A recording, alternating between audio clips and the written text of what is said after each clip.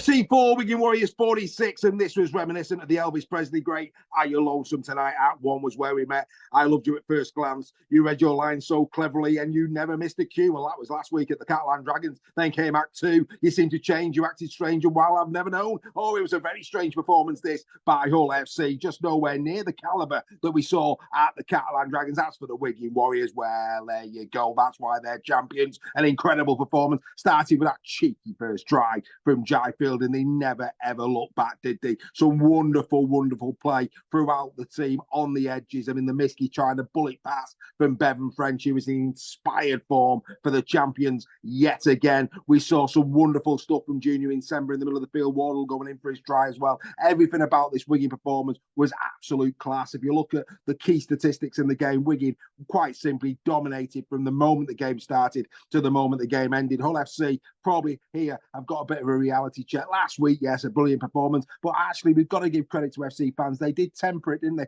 They didn't go mad last week. They knew that there's a long way to go, and what we've seen here is the gulfing class between the team that finished at the top last season and them, and it's going to be a long, hard road for Hull FC to become true title contenders. I mean, don't get me wrong, if they'd have been offered 2 points in the first 2 games, they'd have took that, no doubt about that whatsoever, especially going to Catalan the first game. That's a tricky fixture, so they'll be delighted with their work thus far this season. But this, like I say, was a big reality check. Wigan really were on fire in this game. Defensively, didn't have to do much. They just controlled the tempo of the game. They put Hull FC to the sword. This is brilliant for Wigan Warriors, especially going to Vegas. They will now want to do this on the biggest stage against the Warrington Wolves, and you won't bet against them doing it, would you? They really are a quality outfit. Incredible tries right across the park. Even Adam Kieran went down the track on the right-hand side for that final try for Cruz Lehman. You know you're having a bad night at the office when that starts to happen. But yeah, really good from the Wigan Warriors. This pretty much puts them back on a steady footing after what for them would have been a disappointing 1-0 loss to the Lee Leopards. But like we said all through last week here on Super League Raw, you could take nothing away from the Wigan Warriors in that game. 2 great sides going toe-to-toe. Somebody had to lose. Unfortunately, it was them 1-0. Maybe those people who were on social media last week now will reflect on, no attacking spirit. Matt Pete doesn't know what he's doing. I mean, we spoke about this, didn't we, on Super League Raw Weekly? It's quite laughable. The quadruple winners. I mean, come on, let's show them some respect. They're still the team to beat. We all know that. Real quality there. Patrick Mago as well going in for his try. Big Paddy going in. Well done, sir. We do like the forwards going over here at Super League Raw. Not really much real we can say about this one, really, other than, we were talking about the Salford reserves against St. Helens. Well, quite frankly, like I say, I'm not saying the reserves. I mean, but this is a big win for the Wigan Warriors over the Hull FC. For Hull FC, lots to really ponder now in terms of where they're at. They just didn't look quite right. I mean, look, start the second half, they're 22-0 down. They come out and they go in with Lewis Martin. It was a really good, well-taken try as well. And you're thinking, right, come on, what have you got to show here? What have you got to show? Can you come back and show some real guile and quality? And then what do? They go for the short dropout. And this is the danger with that. And 4 brass, probably one of the easiest tries you're going to see all season. If you're going to adopt those tactics, you've got to play the second ball. If you don't win it, you've got to make sure you get the tackle on the 10-metre line. And they quite simply didn't. And 4 went in. And that, for me, was the game over at that point. At 22-4, if they get another try, it's game on. I mean, you still fancy Wigan, don't you, over the 22 points to 22-0 at half-time, 22-4 up, of course, at the start of the second half. You still fancy Wigan, but had they got that second try, had they got it to within 2 scores, Wigan maybe, with Vegas on the mind, and with what happened last week at Lee, just maybe they had a bit to think about. Never really a problem though, was it? As soon as Forber goes over for that easy score, it's game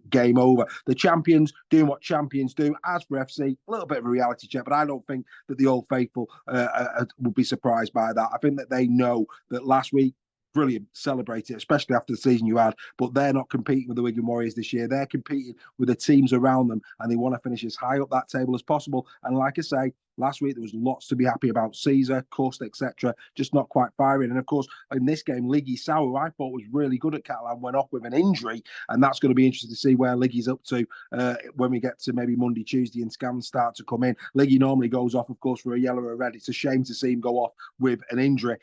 We hope and we pray that he comes back very quickly, because he's one of the key players for Hull FC in that middle unit. Right, let's get into the 3-2-1. Where am I going? I've got to go Junior Insemba for a point. I thought he was outstanding. Not necessarily for his defensive work. He did 14 tackles in the game. But, this guy, 17 carries for 153 metres and 11 tackle busts in the game. He was all over Hull FC. It was a great performance. Bevan French, he got his first try of the season, 2 assists, 6 tackle busts, 72 metres for him. He gets me 2 points, and 3 points has to go to the hat-trick hero, Jai Field. Brilliant performance from him. Really good. 20 carries, 189 metres from him, 7 tackle busts. Jai Field in the groove. I mean, we really are blessed with some quality fullbacks throughout the year. Who is going to get the number? I mean, that's got to be actually one of the biggest headaches. I know we're only 2 rounds in, but who's going to get that fullback spot in the dream team? I mean, you look at the fullbacks that are playing this year in Super League.